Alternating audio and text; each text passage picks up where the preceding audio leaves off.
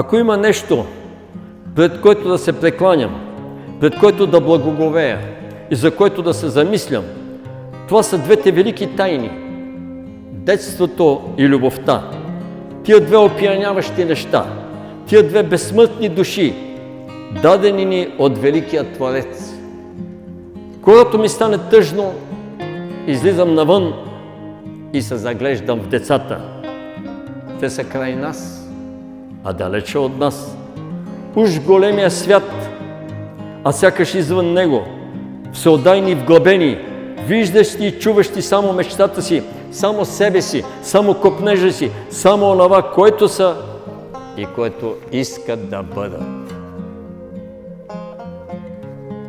Затова Спасителя Исус казва: ако не станете като децата, не можете да влезете в Царството Божие.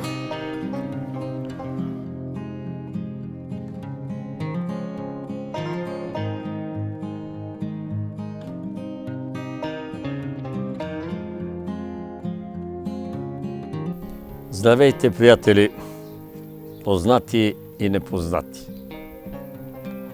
Но аз мисля, че непознати няма, защото всички хора в цялата Вселена, тия разумни същества, са свързани помежду си. А най-добрата връзка е да бъдем приятели по дух и душа, ум и разум, сърце и воля. Това са, така да се каже, 6 велики божествени субстанции, които са основата на светлината, на любовта и на живота. И как човек усеща, че е в тях всичките. Те, разбира се, у един човек духа е повече, у друг душата е повече. В трети сърдечността е повече, т.е. сърцето. В четвъртия ума, в петия разума и в някои тялото. Ум и разум, сърце и воля, дух и душа. И когато човек обаче премине една граница и стана достатъчно духовен във всичките и ги премине тия 50% в духа, вече разбира нещата от живия живот, вече е пробуден, просветлен, посветен, може да се каже, и просветен човек, тогава вече живота става лек, приятен, защото знае, ако страда, защо страда. Важното е не да не страдаш, а като знаеш защо страдаш, минава страданието много по-леко и ти се стараеш да си коригираш предишния невеж живот и следователно онова, което трябва да се плати всеки на Нейно Величество кака карма, както казвам, се плаща много по-бързо и по-леко. Но затова човек наистина трябва да носи детинското у себе си, за да може духа да му се развива нормално, душата да се развива, ума, разума, сърцето и дори телесния, физическия живот на земята. Сега трябва просто да представя своята книга, която е последната. Това е Тополата на детството. Ето я, черно на бяло. Тополата на детството, хубава книга, нагласена, направена, професионално във всяко едно отношение, но има много лъскави неща, много цветни, много шарени, много красиви, които съдържанието е малко, така да се каже, според мене, недостатъчно или пък може и да е достатъчно съдържанието по обем, но по вътрешен изказ, по мощност, по дух, който е, по сила, дали емоционално чувствена и по ред други неща, да няма пълнота. Това трябва да се гледа в едно художествено произведение. Дали е картина, както е тук, корицата. Дали е музикално произведение. Дали е стихотворение. Дали е проза. Независимо. Дали е филм. Дали е театър. Каквото и ще да е, щом е в сферата на изкуството, то има две страни. Както всичко във Вселената има две страни. Но изкуството е за да помага на духовността. И заради това е създадено изкуството. За да може по-лесно да разбираме нещата от живия живот. Ще ви кажа, че в тази книжка съществува и мога да кажа отговорно, не че е моя. Ако е на друг, по-мога да го хваля и по-може да се каже. Но аз обикновено избягвам да казвам неистини. Гледам да се придържам най-близо до истината. Ще започна от това, че ролята на изкуството е и на всяка една, независимо каква култура и страна или културна опция, ако го осъвременим малко израза, е да води човека по правилния път на живота. Наистина. Защото има тъй нареченото упадъчно изкуство. Упадъчното изкуство ни води в неправилната посока. А вечното, хубавото, истинското изкуство, културата, музиката, театъра, каквото и ще да кажем от всички изкуства, ни приближават към духовното и ни го обясняват. Искам още да кажа, че нещата не са толкова сложни, колкото изглеждат, но има две страни, както всяко едно нещо, нали, особено в материалния свят. Всички видими неща са в невидимите и освен това, всички невидими неща са вътре във видимите. Толкова е проста с тази сентенция, тая дефиниция. Ама човек трябва да я знае, да я познава и да се опитва да я разбере и да се опитва да узнае нейните тайни. Защото това е хубаво на живота на земята, че има тайни. Ако нямаше тайни, нямаше все едно да има една гозба да няма сол или да няма някакви подправки. Тайната си е чудесно нещо, защото човек се опитва да я разгадае и това разгадаване вече го прави Творец. Прави го нещо деловито, нещо да върви напред, нещо да движи. Ето, това е. Или да се стреми към съвършенство. Ако започна най-напред от тази книжка, в която има наистина неща, като се почне не само детски лудари и пакости, но те са свързани с този невидим свят на великите добродетели. И наистина тези добродетели могат да се видят тук, когато човек внимателно я прочете. А добродетелите започват от великодушието. Е добродетел. Благородството е добродетел. Самата доброта е добродетел. Скромността е добродетел. Но не и прекалената скромност. Когато човек има талант, той трябва да го изявява. Затова Бог му го е дал.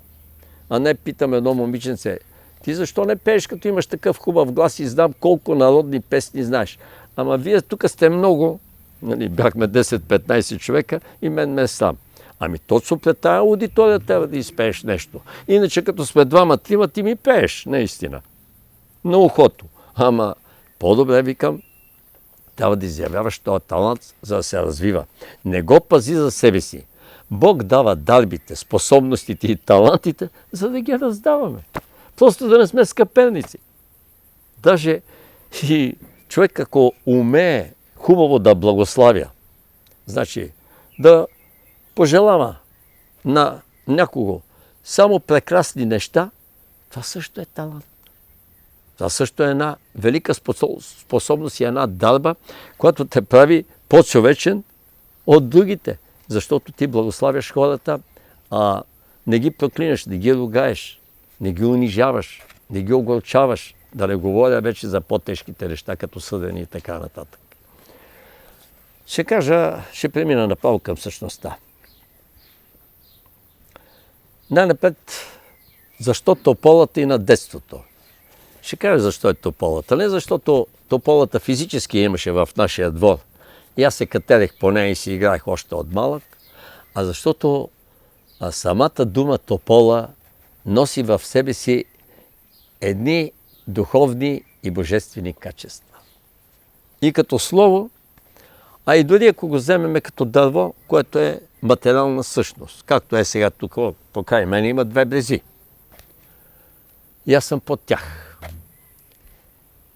Топола, та е пак старотракистка, да не кажа тако българска дума, и се състои и до сега са останали корените. Топ е нещо, което може да кажем топ секрет, може да се каже топ модел, нещо много хубаво и много голям връх. Нещо, което е по-особено от другите. А ола, затова се казва Абохай, ола чано, ел атапха. Ола чано е онзи, който бие камбаната. Ола и до сега съм го чул, като дете обичах много да ходя на цирк и там викаха и на животните или се подвикаха гимнастиците един на друг. Оле!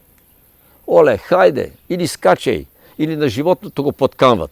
Оле, оле, оле! Това показва действие и то активно, активация на нещата. И затова какво прави тополата? Тополата ни води към връх. И този връх е божествения. Светлината, любовта, живота. Топ, ола. Значи, тя прави делови един, тя не е кой знае какъв дървесен вид. Да е много издържлива, много дълга. Тя може да се каже от тия леките дървета. Аз съм се занимавал и с дървета. Сякал съм много дървета и най-различни. И наистина, докато букът и дъбът са стабилни дървета, много, и излъчват при горене хубава топлина и светлина огрява, тополата е леко дърво, бързо изгаря. Но точно тая лекост я прави подвижна и пъргава в астрала. Затова е топ.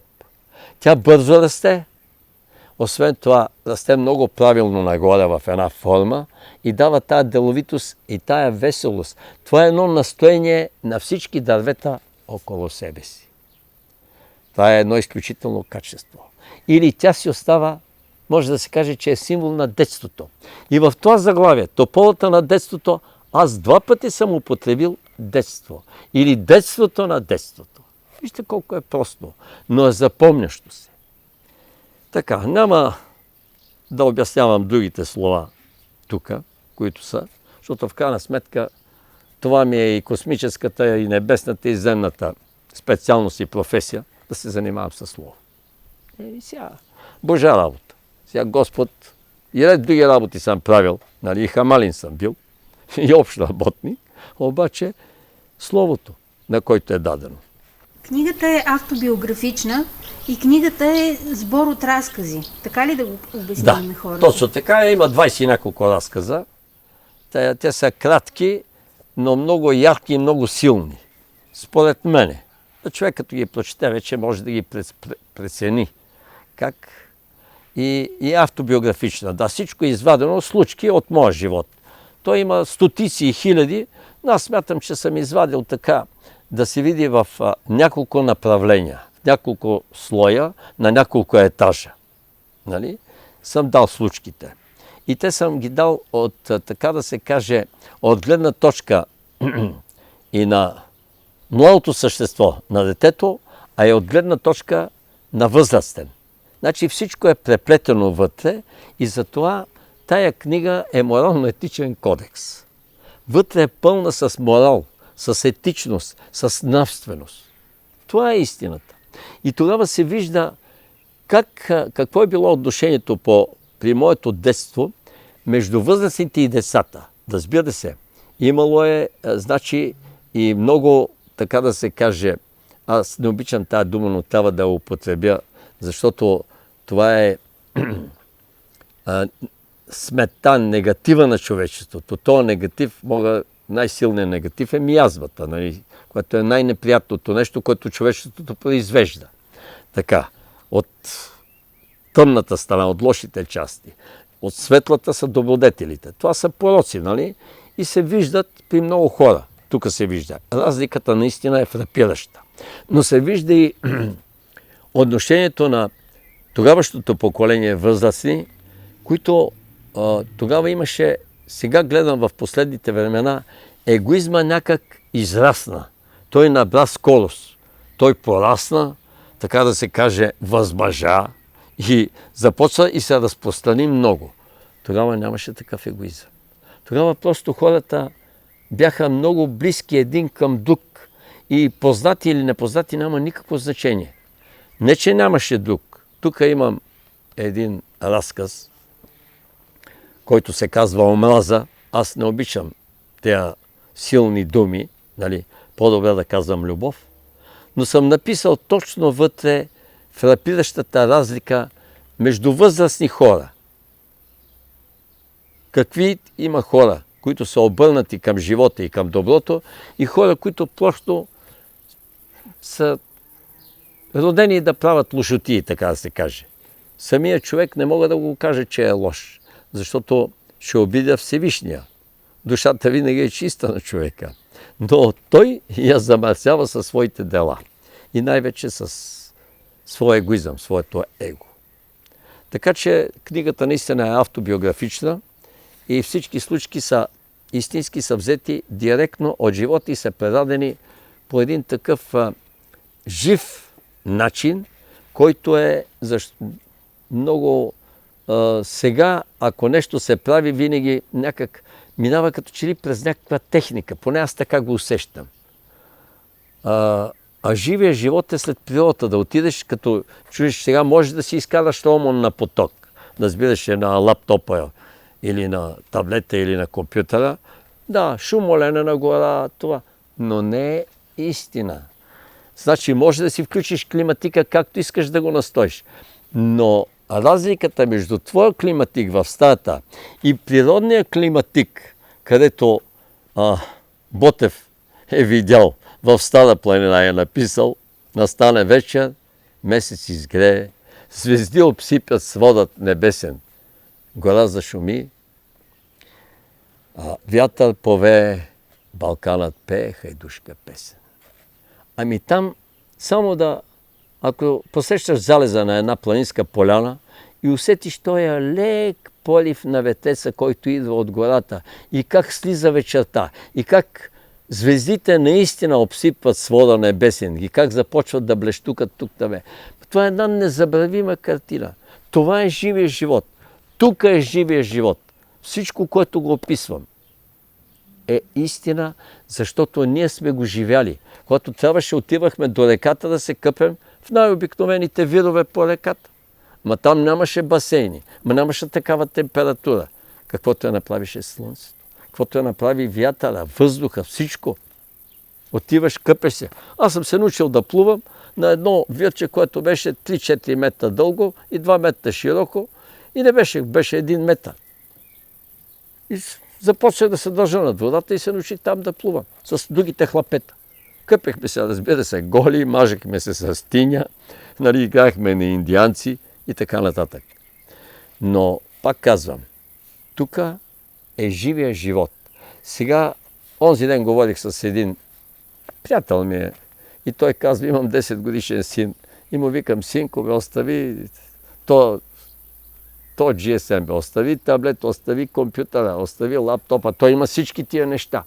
Обаче като се залепи, върви, излез, потичай, карай колелото, ела, ще те заведа на конна езда малко, да видиш връзка с природата, с животното, да се качиш, да усетиш нещо друго. Имаш колело, като пораснеш, имаш мотоциклет, ще имаш кола, ще летиш. Ама друго е, тук съм описал един случай, когато имаше една свинеферма недалече от нас и когато един приятел, който се занимаваше с животни, баща му гледаше как язди една свиня. Е голяма 200-300 кг и той се беше качил и свинята го носеше по течението на реката. Тя реката плитка. Значи яздеше животното. Аз съм го описал тук. Така че, но свинята, прасето се дръпна рязко и той си изтъси във водата, защото то не е кон да го подкарва. То си има собствен път и бягаше просто надолу нямаше как да излезе през бреговете, докато намери по-ниско място да се измъкне.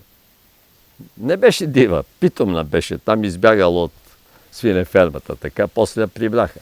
Но ето, това са такива случки и бяха ми толкова интересни и толкова смешни, нали, че човек трябва да ги преживее и да ги види.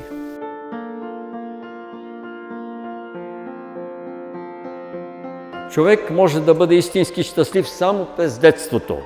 Сетне, с всеки изминат ден, той става все по-тъжен. Да ви кажа ли защо? Защото детето има директна връзка с Вселената, с Всевишния, а човек се отдалечава с всеки изминат ден, защото земните грижи, земните тревоги, земните въжета, земните котви, земните неща го завързват и го отдалечават. Става вече вързан балон и няма оная свобода, нито на душата, нито на духа, както детето. Ето сега тук съм написал, значи, тази непретенциозна книжка съдържа 20 разказа. Четиво, напълно подходящо за растящи и пораснали вече момчета и момичета. Абсолютно всеки ще намери нещо за себе си. Няма начин да не намери. Просто няма начин. А те мислиме, че е детска книжка. Не, напротив, тя не е детска книжка. Тя е само детството е оня активатор, оня катализатор, който ни потиква да започнем да мислим малко по-различно за този свят. Не толкова само за проблемите си, ама ако се сещаме често за детството, наистина ние започваме да гледаме по-леко на живота, а и щом почваме да гледаме така, той наистина става по-лек. Две мнения няма. Защото иначе човек се тръшка за неща. Детето живее днеска. Като има играчка, то се радва. Има време за радост. Нещо като го нахокаш, нали, обидиш го, едно време си беше нормално да го удариш. И аз така мислиш, че е нормално да ме шамаросват, нали? Но сега не бива да се прави, защото тъй като децата са пораснали в съзнание. Повечето. Има, нали, деца с малко така да се каже, по-елементарничко, по-старичко съзнание, нищо, че е дете. Защото и сега се раждат от различни раси. В крайна сметка не може да си изкривим душата за това. Всички не могат да се родят честа раса. Това е истината. Раждат се и втора, трета, четвърта, пета. Такива души. Наистина. Но, в крайна сметка, и те са с по-извисено съзнание. И заради това, тъй като всичко, включително и животните, са станали по-умни, по-мъдри, така да се каже, и по-разбират човека, като му кажеш от половин дума. Не както едно време да го уде с камшик. Скоро пак един приятел, който е треньор по конен спорт, в една друга страна, в една от най-големите конни бази, там на един от най-големите богати хора на тая страна. И той му е просто треньор там и се занимава. И вика, казва им, отнасяйте се мило, това е най-интелигентното животно в света, коня. Защото вика, Георги, от тебе съм чул, че той е най-мил на земната еволюция. Казвам да. Той е спуснат директно като кон. Да помага, защото е много по-интелигентен и по-умен от вола. До тогава вола е служил за впрегатно живот. Вола не можеш да го яздиш, ама коня служи и за езда, и да го впрегнеш, и да тегли, и да работи. И той казва, не го бийте с камшик, не използвайте камшика. Коня не е като магарето. Аз знам, защото и аз съм работил в конна база и познавам конета, а познавам и магаре съм яздил. Магарето е отмъстително, ако случайно те хвали, ще гледа и да те ритне или да те настъпи. Коня ще те прескочи, няма да те пипне и гледа да те пази. Имам един случай, който не съм го описал тук, но дядо ми на село имаше една възрастна кобила беше и нейната дъщеря беше вече така млада кобилка и се казваше Елена и викаха Ленчето. Обаче беше много непослушна и много дива и се подчиняваше само на дядо ми. Дядо ми като извика Ленче ела, идва при него и го слуша. На никой друг дива. Никой не дава да я хване, да й качи седло или пък да я вкара, да я вплегне. Не, в никакъв случай не дава. Хапе, рита, бяга. И сега аз веднъж ходя по двора така и както е обора и само чувам тропане от другата страна, ама аз си седа. И тя изкача, аз съм точно на завоя. Виждаме в последния момент. Значи само видях отгоре копитата над главата ми. Аз бях на 4-5 години, тя ме прескочи. И после продължи с бяг и без да е обучен кон. Прескочи оградата, където е, или портата, метър и половина, тя скована от дъски такава, стара порта. Прескочи, метър и половина най-малко имаше. И прескочи и чух как надолу копитата към реката. И след половин час си дойде на портата и почна да цвили. Вика дядо ми да й отвори, не иска да скочи обратно, нали? А цвили да й отворят. И той отвори. Такова интелигентно същество беше, наистина. И дядо ми като ме качи отгоре върху нея, другата, аз я яздех майки, тя беше кротка. Ама като ме качи и каже да мирува, и тя мирува. Иначе не иска никой да не търпи никой отгоре, освен дядо ми. Такива спомени имам, ама не съм описал такъв случай тук.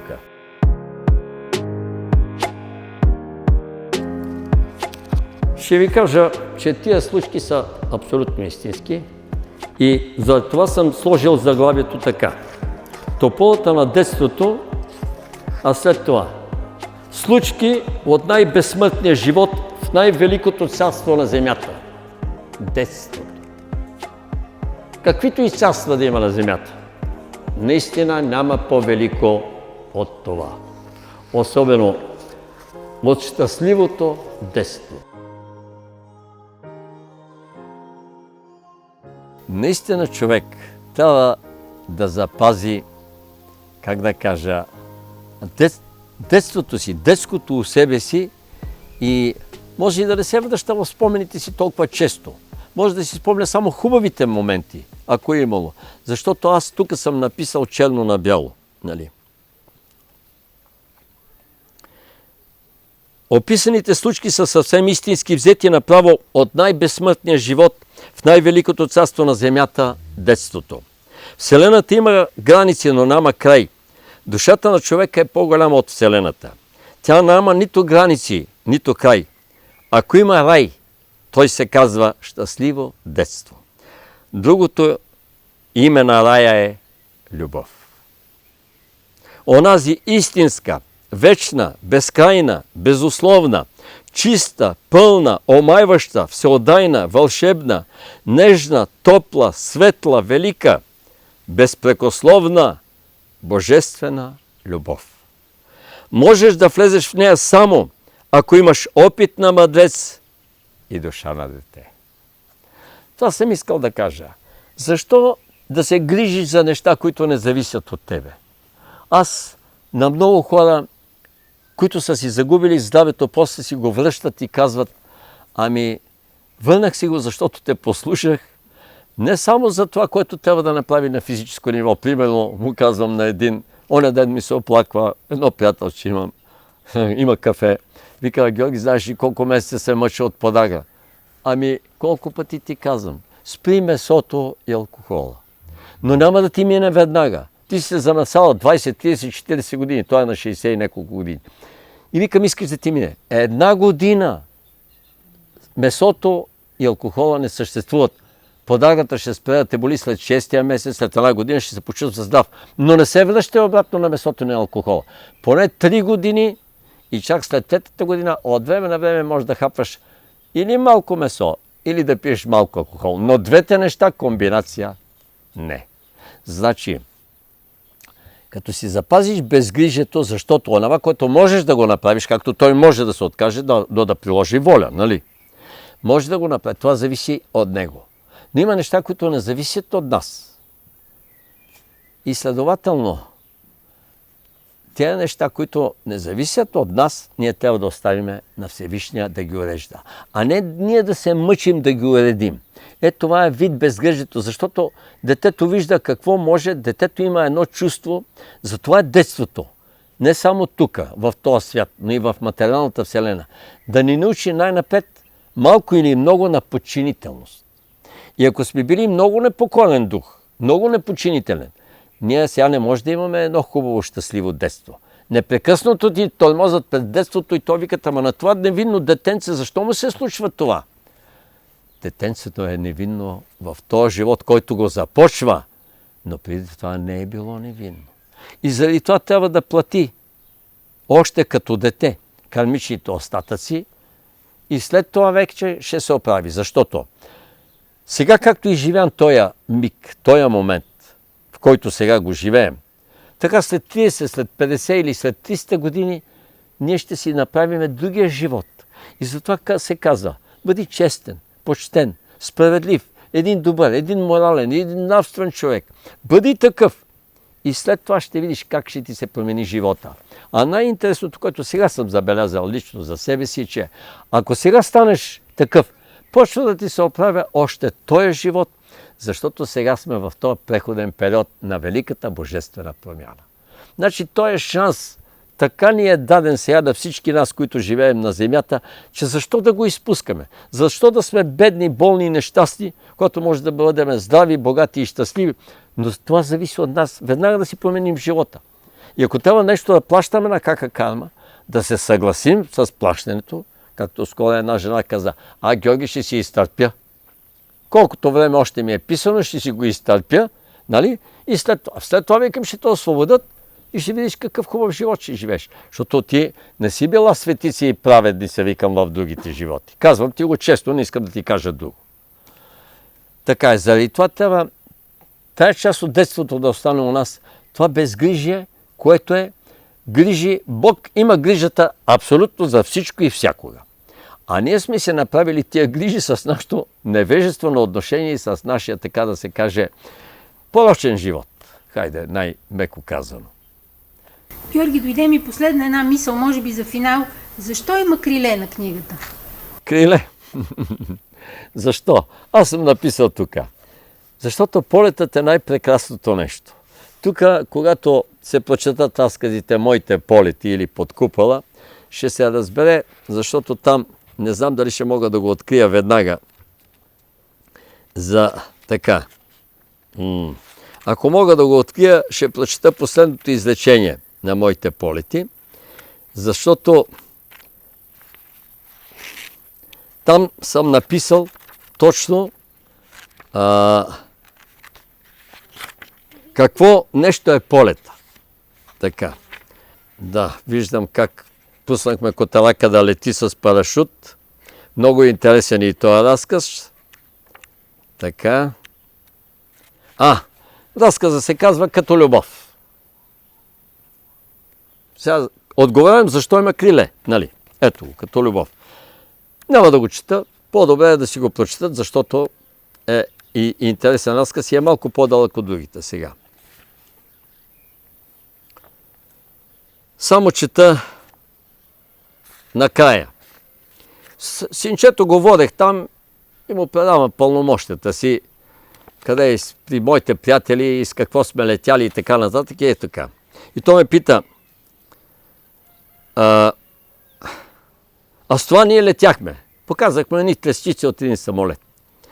Летяхте ли истински? Очите му светнаха. А ще летим ли пак, тате? Ще летим, сине. На нашия таван милно си почиват двата ми парапланера и старият ветеран, оранжевия ми делта планер. На пролет люлинският вятър ще ни завихни и понесе след синьото царство. Земята ще зеленее и златее. Облаците ще се блъскат в душата ни и ще е волно и радостно, пълно, светло и чисто, защото полетът е за смелите и честните, защото полетът е прекрасен и неповторим като любов.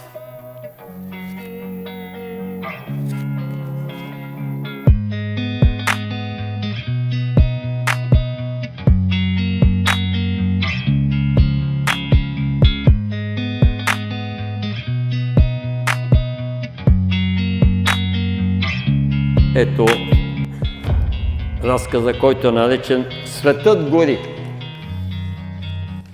Неделята бе мрачна, дъжделива. Към 10 часа под прозореца ни някой започна да тращи с пръчки и веднага разбрах, че е Аврито. Кимнах му от терасата и след минута бях долу. Навсякъде бе мокро и лъхаше влага. Нямахме желание да играем на спортната площадка, да пускаме лодки във вадата без студено, до реката не ни се ходеше. Гледах омалушената физиономия на Аври. Едва днес му изтече голямото наказание. 3 дни след училище носа си да не показва навън. И то защо? Защото една сутрин измъкна от чантата си смайващ кортикс с позлатена дръжка. "Мой трофей", скромно каза той. През голямото междучасие, размахвайки го кръвнишки с пиратска физиономия и индиански бойни викове, изплаши не само принцесите англосаксонки, които живееха в нашия блок, така ги им наричахме 2 момичета, 2 сестри, близначки, но и всички женски твари от 3-те класа. 1, 2 и 3 клас учи. Следващия час учителката разбра каква е работата и отне трофея. Кортикът бе на баща му, когото веднага уведомиха по телефона и арестът не закъсня. Затова сега пиратът индиянец стоеше оклюман покрай него и аз. Бяхме се залепили на източната страна на нашия блок и се чудехме каква акция да проведем. Имаше полети. Самолетите излитаха на запад, захождаха към планината и след като очертаха маршрута си, кацаха. По едно време отвъд реката чухме глъхнеща машина. Двигателят нещо се даваше, зад опашката на изтребителя се диплеше дълга ветрилообразна ивица черен дим. Бе като на филм. Тогава всичките самолети бяха още витлови. Току-що навлизаха реактивните. "То самолет гори", казах аз. "Ами гори. Тъй си пушат самолетите, знам това." "Как така ще си пушат, бе, Ари? Не чуваш ли, че моторът прекъсва?" "Ами прекъсва. Летецът нарочно прави така. Такава му е задачата." "Как нарочно?" Самолетът стремително губеше височина. За скачане бе късно. Плацът не беше далеч и пилотът се мъчеше да изведе машината до там. Но тя пропадаше, вече безгласна. Прелетя ниско над реката и шумоля над самите върхове на тополите. След миг отчаяно се наклони към откритото пространство между разрушените постойки, плъзна се по корем и замря. Хукнахме натам. Лудите пламъци веднага обгърнаха. Стигнахме на 20 на метра от опашката и се скрихме зад бетонната стена на шахтата за смет. Видяхме как след игращите жежки ветрила, пилотът, полузадушен, се мъчеше с омекнали пръсти да отвори кабината. Изведнъж до самолета дотича човек и смело влезе в огнения кръг. Познахме го. Беше старшината Чичо Киро, артелчекът на летището. Той улови с голи ръце на жежения люк, отвори го, пое под мишниците пилота, измъкна го, смъка и двамата побягнаха към най-близката постойка. Летецът силно накуцваше. От всякъде тичаха хора, но се стъписваха още на 100 метра. Криеха се зад постойките. Свой долетяха линейката и пожарната. Пожарникарите развиха маркушито, но преди да успеят да пуснат струята, бордовата картечица запя сама. Момчетата зарязаха всичко и се скриха в разрушената постойка. От войната имаше още такива, понеже летището бомбардирани, много разрушени постойки имаше, 4-5. Трасиращите куршуми свистяха точно в празнината между хангарите, отлитаха надалече и се забиваха като златни игли в зелената тишина на плаца. Но около не остана жива душа. Отдалече с кришум наблюдаваха. Чакаха експлозията. Неми и уплашени, ние 2 боболечета стояхме притиснати до стената и гледахме драмата. Изведнъж отзад се чу страшен вик. Обърнах се и видях, че от ъгъла на нашия блок изскочи жена. Тя тичаше боса с развени коси през поляната право към нас. "Стой, стой!" закръща отчаяно от тълпата. "Къде? Ще гръмне, стой! Назад, няма го, назад!" Мислеха, че е жената на пилота. Но тя безумно тичаше към нажежения смъртоносен миг и не чуваше нищо. Беше мама.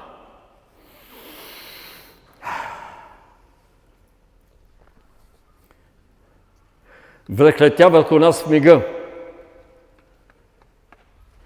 когато огненият гейзер шибна земята и небето. Лютата гърмяща вълна изфуча. Прозорците на най-близките сгради изпляскаха изпочупени. Горящи парчета като звезден дъжд се разпиляха по поляната. Замирисана изгорала мокрота, а лютивия дим се разпиля наоколо като отровна мъгла. Светът гореше. Целият свят. Но ние бяхме на най-сигурното място на Земята. Не. На най-сигурното място в Вселената. До гърдите на майка.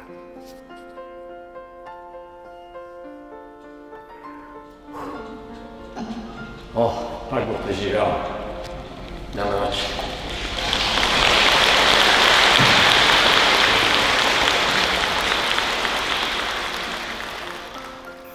Благодаря ви, приятели. Поклон.